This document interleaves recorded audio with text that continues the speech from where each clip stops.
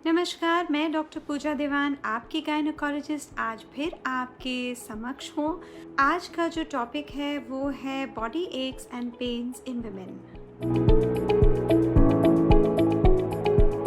जो औरतों में शरीर में दर्दें होती हैं, टांगों में हो, कमर में हो, पीठ में हो, यानी कि body aches and pains in women. तो आइए हम डिस्कस करते हैं body aches and pains in women, यानी कि जो शरीर में दर्दें होती हैं औरतों को, महिलाओं को, यहाँ तक कि लड़कियों को भी। तो कुछ ना कुछ तो आप देखिए, हम काम भी ज़्यादा करते हैं। अगर किसी भी आंकड़े से चला जाए तो करीबन 1.5 घंटा, और कुछ सोसाइटीज़ में चलिए 50 मिनट, पर कम से कम 1.5 घंटा ज़्यादा औरतें पुरुषों से काम करती हैं। और हर एक परिवार में तो अलग ही कहानी है, चाहे वर्क फ्रॉम होम हो, चाहे बाहर काम करें, चाहे घरेलू महिला हो, होम मेकर हो, हर एक को काम करना पड़ता है। जितना काम करेंगे उतनी ज़्यादा आपको एनर्जी चाहिए, एनर्जी के लिए खुराक चाहिए, खुराक यानी तंदुरुस्ती चाहिए। तो फिर बैलेंस डाइट, यानी कि जो संतुलित आहार हम खा रहे हैं वो तो हम खा ही रहे हैं अपने हिसाब से। यदि नहीं खा रहे तो आपको पता होना चाहिए कि carbohydrates, fats, protein, minerals, vitamins, fibre और पानी तक बहुत आवश्यक है बैलेंस डाइट के लिए। फिर कुछ खुराक ज़्यादा चाहिए हमें। तो क्यों चाहिए? क्योंकि हमें माहवारी आती है तो खून जाता है, चाहे थोड़ा सा ही जाता हो, 2 से 6 बड़े चम्मच के बराबर, यानी कि करीब 30 ml के करीब ही जाता हो, पर जाता तो है ना सही। तो कहीं ना कहीं तो कमज़ोरी आती ही है। तो खुराक चाहिए, तो खुराक के लिए आयरन चाहिए, आयरन से हीमोग्लोबिन बनेगा और एनीमिया हटेगी। तो थकान, टायर्डनेस, वीकनेस का तो एक कारण ये है। तो इसके लिए कौन सी खुराक खाई जाए? भाई, जो आयरन में ज़्यादा खुराक होती है वो है हरे पत्तों वाली सब्जियों में। आप देख लें आयरन ये अंजीर में, जिसे फिग्स बोलते हैं, खजूर में, डेट्स में, इनमें ज़्यादा होती है। और फिर हमको चाहिए प्रोटीन। क्योंकि हमें अपने शरीर को मेंटेन करना है, हमें अपने मसल मास को मेंटेन करना है। आफ्टर ऑल कितनी औरतें हैं जो कि मेहनत मशक्क़त करती हैं। देखिए, गांव में तो औरतें खेती बाड़ी भी करती हैं, सामान भी उठाती हैं, मजदूरी भी करती हैं शहरों में। तो अगर हम वो नहीं भी करते तो भी हमें अपनी प्रोटीन्स को मेंटेन करना है। तो प्रोटीन कहाँ से आता है? प्रोटीन आता है आपकी दालों से, सोया से, और बहुत सा प्रोटीन आपका पनीर, दूध के प्रोडक्ट से आता है। इसके सिवा प्रोटीन जो नॉनवेज खाती हैं उनको अंडे के सफ़ेद हिस्से, एग वाइट से मिलता है, और मीट से, चिकन से, फिश से भी मिलता है। और भी बहुत से सोर्सेज हैं। तो हमने तो 2 बातें कर ली, आयरन के बारे में भी और प्रोटीन के बारे में। अब आप बताएं, क्या औरतें जो बच्चा पैदा करती हैं वो स्तनपान नहीं करती? क्या बच्चा आपके जब पेट में गर्भवती होती हैं तो बच्चा आपसे खुराक नहीं लेता? तो जब वो आपसे खुराक ले रहा है, चाहे गर्भ में हो, चाहे स्तनपान के दौरान हो, तो आपको अपने आप को और तंदुरुस्त रखना है। तो चाहे उस वक्त का समय हो, चाहे उसके बाद का समय हो, चाहे काफ़ी सालों बाद का हो, और यहाँ तक कि जैसे मेनोपॉज होता है, तो मेनोपॉज के जो 3-4 साल पहले हैं, 3-4 साल बाद है, और जो ऑलमोस्ट 1/3 ज़िंदगी तो रजोनिवृत्ति यानी कि मेनोपॉज में गुजर ही जाती है।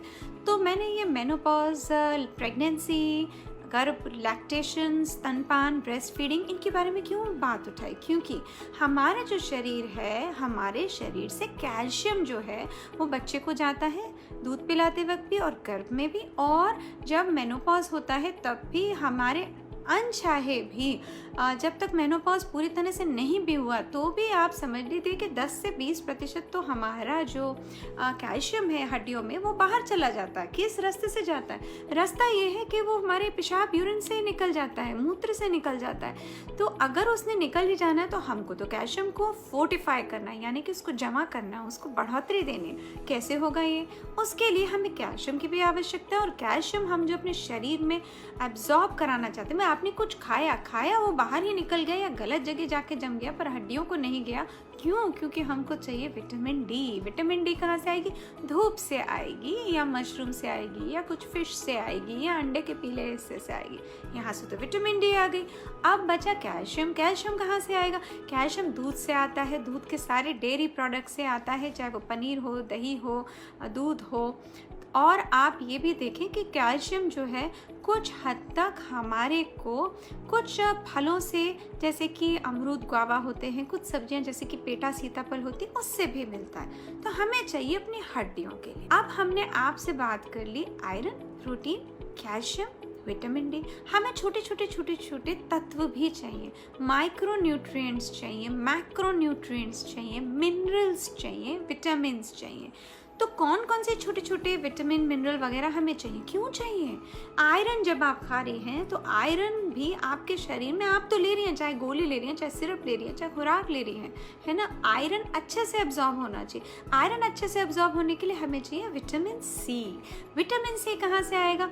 किसी भी खट्टी चीज़ से आ जाएगा, खासकर जो सिट्रस चीज़ें होती हैं जैसे नींबू, मौसमी, संतरा, खट्टी चीज़ें जैसे ऑरेंजेस, कीनू, माल्टा, स्वीट लाइम, लेमन, इन सब चीज़ों से आती है। आप ये भी देखेंगे कि जो प्रोटीन है, प्रोटीन के लिए मार्केट में प्रोटीन पाउडर्स भी आते हैं, वे प्रोटीन भी मसल बिल्डिंग के लिए आता है, प्रोटीन एक्स पाउडर आता है, प्रोटीन एक्स जैसे बिस्किट्स आते हैं जो प्रोटीन रिच होते हैं। ये सारी चीज़ें आपकी बॉडी में आ रही। मैं तो हमेशा चाहती हूँ कि नेचुरल तरीके से हो, पर यदि आप नहीं ले पा रहे हैं कोई कारणवश, तो आप खासा तवज्जो प्रोटीन के लिए सोया, टोफू, सोया चाप्स, सोया के न्यूट्रीनगेट, सोया का आटा, सोया की भूसी, ये सब चीज़ें, भूसी नहीं जो उसका छोटे छोटे न्यूट्रीनगेट के पीसेस होते हैं, इन सब के साथ आप बढ़ोतरी कर सकते। तो अब हमने vitamin C, iron, calcium, vitamin D और माइक्रोन्यूट्रिएंट्स के बारे में बात करी। बट एक और विटामिन बहुत ज़रूरी है और वो है विटामिन बी। अब विटामिन बी जो है ना, जैसे पैरों में जलन हो रही है, नस पे नस चढ़ रही है, पाँव झुनझुना रहा है, पाँव सो रहा है, करंट जैसा नीचे जा रहा है कमर से, तो कई बार विटामिन की बी की कमी होती है। विटामिन बी में B1, B6, B12 तीन होते हैं।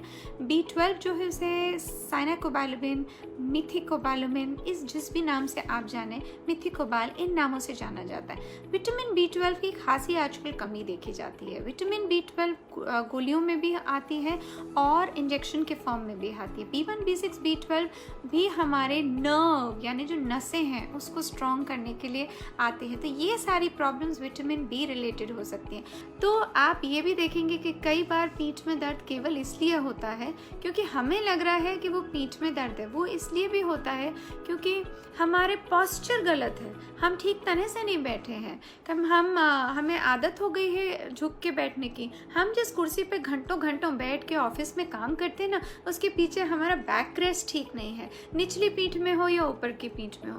कई बार तो दर्दें इसलिए भी हो जाती है क्योंकि इतना भारी वजन उठाते हैं। देखिए, आप जो भारी वजन उठा रही हैं उसमें कोई लचक ना आ रही हो, कोई स्लिप डिस्क ना हो रही हो, कोई डिस्क प्रोलैप्स ना हो रहा हो। और कई बार जो डिस्क होती है या स्लिप डिस्क होती है वो नस को जाके टीस देती है और कभी कभी करंट की तरह पूरी नस पे प्रेशर पड़ता है। कभी कभी शियाटिका की वजह से नर्व का कंप्रेशन होता है। कारण बहुत हैं।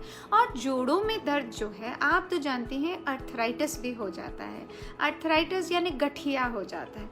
अर्थराइटिस जो है वो भी कई प्रकार का होता है। Osteoarthritis, rheumatoid arthritis, gouty arthritis, न जाने कौन कौन से arthritis, inflammatory arthritis, autoimmune arthritis, बड़े सारे अर्थराइटिस हैं। अब कई के लिए तो आपको हड्डियों के डॉक्टर के पास, ऑर्थोपीडिक डॉक्टर के पास जाना है। कई के लिए आपको र्यूमेटोलॉजिस्ट के पास जाने की आवश्यकता होती है, खासकर जब ऑटो इम्यून होता है। पर आम तौर पे आप देखेंगे कि कई लोगों को घुटनों में चलने में थोड़ी सी दर्द होती है, मुड़ नहीं पाती वो ठीक से घुटने को। एक्सरे करवाया जाता है। एक्सरे के अंदर कहते हैं कि आपकी हड्डी भुर रही है, ये छोटे छोटे हड्डी के टुकड़े यानी स्पिक्यूल्स आ रहे हैं। तो ये आम तौर पे घुटने में या हिप में अर्थराइटिस हो सकता है। होने को तो शोल्डर में भी हो सकता है। ऑस्टियो अर्थराइटिस हो सकता है, यानी आपकी हड्डी अब घिस रही है, भूर एक जैसे हम लकड़ी के ऊपर सौ लगाते हैं, रेगमार लगाते हैं तो भूर सी निकलती है, उस तरह से हड्डी भुर्राती है। कई बार जो हमारी हड्डियों के बीच में पैडिंग होती है, कुशन होती है, जो कार्टिलेज होती है, और कार्टिलेज के साथ पानी होता है जिसे साइनोवियल फ्लूइड बोलते हैं, या तो साइनोवियल फ्लूइड कम हो गया, या कार्टिलेज घिस गई, या कार्टिलेज में क्रैक आ गया, या कार्टिलेज टूट गई, या आसपास जो हमारे जॉइंट को सपोर्ट करने के लिए लिगामेंट्स बने हुए हैं वो उसमें स्ट्रेन आ गया, स्प्रेन आ गया, खिंच गए, टूट गए, ये भी कारण हो सकते हैं। तो अब हमें ये बात समझनी है कि रूमेटॉइड अर्थराइटिस क्या होता है। रूमेटॉइड अर्थराइटिस जो होता है उसमें आम तौर पे जो हाथ की उंगलियां होती हैं, पैरों की उंगलियां होती हैं, ठीक है, वो सूज भी जाती हैं और ऐसे फिक्स भी होने लगती हैं, उनको सीधे करना, टेढ़ा करना, ये सब तकलीफ हो जाती है। उसके लिए टेस्ट भी होता है, रूमेटॉइड फैक्टर टेस्ट। ऑस्टियोआर्थराइटिस के लिए तो एक्सरे करना पड़ता है, रूमेटॉइड के लिए ब्लड टेस्ट होता है। कई बार जब हड्डियों जोड़ों में दर्द होता है तो आपको कोई एक और ब्लड टेस्ट भी कराने को कहते हैं यूरिक एसिड का। यूरिक एसिड जब बढ़ जाता है तो गाउटी अर्थराइटिस यानी गाउट होता है।